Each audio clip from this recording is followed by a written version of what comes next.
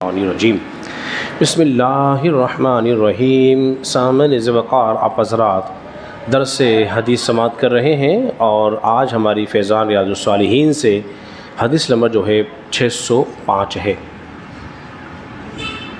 جو روایت آپ کے سامنے بیان کرنے لگا ہوں، امام بخاری اس کو بخاری شریف اور اس کے باب الادب کے اندر اس کو لے کر آئے ہیں۔ حضرت سیدنا انس بن مالک رضی اللہ تعالیٰ عنہ فرماتے ہیں، کل بھی ہم نے انس بن مالک رضی اللہ تعالیٰ عنہ کے مرویات میں سے ایک روایت آپ کے سامنے بیان کی تھی، جس میں نبی پاک علیہ الصلوۃ والسلام کی سیرت مبارکہ کا ایک وصف بیان ہوا تھا۔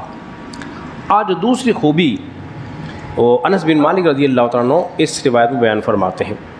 کہتے ہیں مدینہ منورہ کے اندر کوئی غلام، کوئی لونڈی حضور علیہ الصلوۃ والسلام کی خدمت میں حاضر ہوتی اور حضور کا ہاتھ پکڑ کر وہ لے جاتی اپنی حاجت کے لیے، جہاں چاہتی لے جاتی، اور نبی پاک علیہ الصلوۃ والسلام اس کو منع نہ فرماتے۔ اب یہ دیکھیے کہ سرور انبیاء ہو کر، تمام انبیاء کرام کے سردار ہو کر، فاتح مکہ ہو کر مدینے کی بات بتا رہی ہیں کہ کوئی غلام، کوئی خادمہ کسی بڑے کا ہاتھ پکڑ لے تو ہم اس کو معیوب سمجھتے ہیں۔ تیری جرت کیسے ہوئی کہ تو ایک حاکم وقت کا ہاتھ پکڑ لے؟ ہم جھڑکتے ہیں، طرح طرح کی باتیں کہتے ہیں، مگر نبی کریم صلی اللہ علیہ وسلم کی شفقت کے، آپ کی رحمت کے قربان جائیے کہ آپ نے جھڑکا نہیں ہے، آپ پکڑا لے گئی۔ جو کام ہوتا، جو حاجت ہوتی آپ سے بیان کرتی، حضور اس کے حاجت کو پورا فرما دیتے، جو کام کہتی وہ آپ اس کو کر دیتے۔ ایک بات ذہن میں رکھیے کہ نبی پاک علیہ الصلوۃ والسلام کے ہاتھ پکڑنے میں اس خادمہ کا کوئی مذائقہ نہیں ہے، کوئی مذائقہ نہیں ہے، ورنہ کوئی دوسرا مرد کسی عورت کا ہاتھ نہیں پکڑ سکتا، یا کوئی عورت کسی اور مرد کا ہاتھ بولیے نہیں پکڑ سکتا۔ اس لیے کہ نبی کریم صلی اللہ علیہ وسلم کی زوجائے جو محترمہ ہیں وہ ازواجہ امہاتہم، مومنوں کی مائیں ہیں، نبی کی بیویاں مومنوں کی مائیں ہیں، اور رسول اللہ صلی اللہ علیہ وسلم جو ہیں اس امت کے سردار بھی ہیں، نبی بھی ہیں، لیکن باپ بھی ہیں۔ کیا ہے جی؟ باپ بھی ہیں۔ تو اس اعتبار سے ہم بھی حضور کی آل میں شامل ہیں بحیثیت ایک امت کے، ایک آل محمد، حضور کا خاص گھرانہ، وہ حضور کی آل ہے، لیکن ہم بھی ایک اعتبار سے حضور کی آل میں ہیں، اس لیے کہ حضور ہمارے روحانی طور پہ والد ہیں۔ جب مومنوں کی مائیں ہوئی ہماری، ان کی بیویاں ہماری مائیں ہوئی، تو حضور ہمارے والد ہوئے۔ اور کوئی شفیق و مہربان باپ کا ہاتھ کوئی اس کی بیٹی پکڑ لے تو اس میں کوئی حرج بولیے نہیں ہوتا ہے، یہ وہم بھی دور کر دوں۔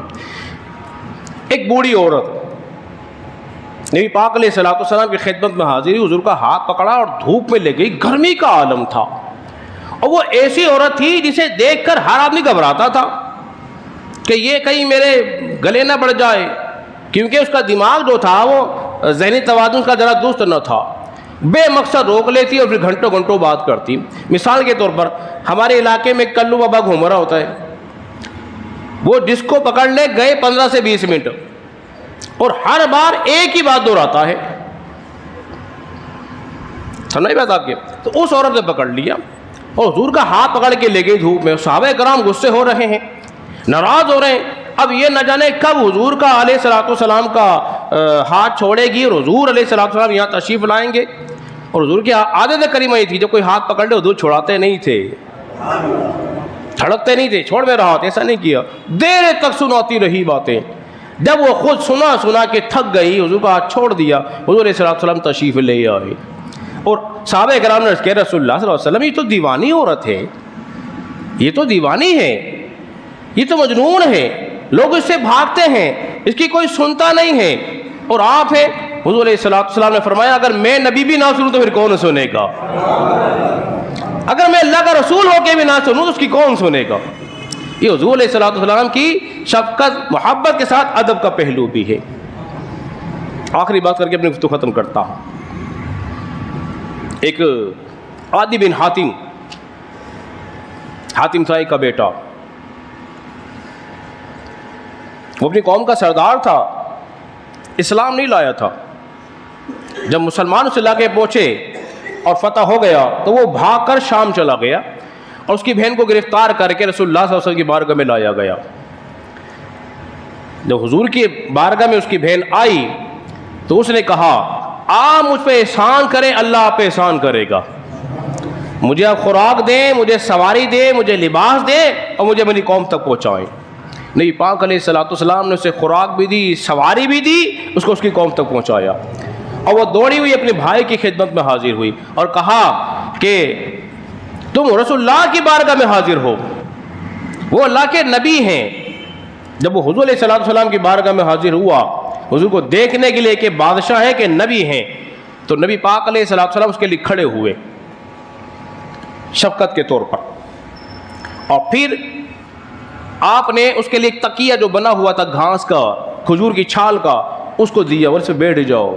اس نے کہا میں اس پہ نہیں بیٹھوں گا، آپ ہی بیٹھیں، لیکن آپ علیہ السلام اس پہ بیٹھے نہیں، آپ زمین پہ بیٹھے، اس کو اوپر بٹھا جا ہے۔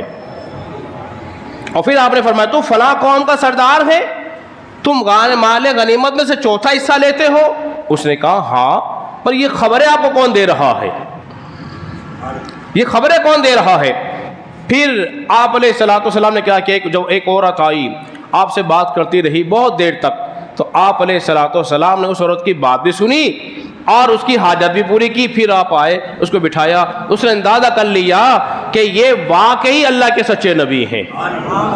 پھر آپ نے کچھ بشارتیں دی، کہا وہ بشارت جو دی تھی وہ سارے کی ساری پوری ہوتی میں اپنی آنکھوں سے دیکھ رہا ہوں۔ تو حضرات محترم، یہ رسول اللہ صلی اللہ علیہ وسلم کی سیرت کا ایک ایسا پہلو تھا جسے ادب کا پہلو کہتے ہیں۔ ادب سے ہی زندگی بنتی ہے، جب ادب چلا جائے تو پھر بے ادبی ہوتی ہے تو زندگی خراب ہوتی ہے۔ اللہ رب العزت کی بارگاہ میں دعا کریں کہ اللہ تبارک و تعالی ہم سب کو سمجھنے اور عمل پیرا ہونے کی توفیق عطا فرمائے۔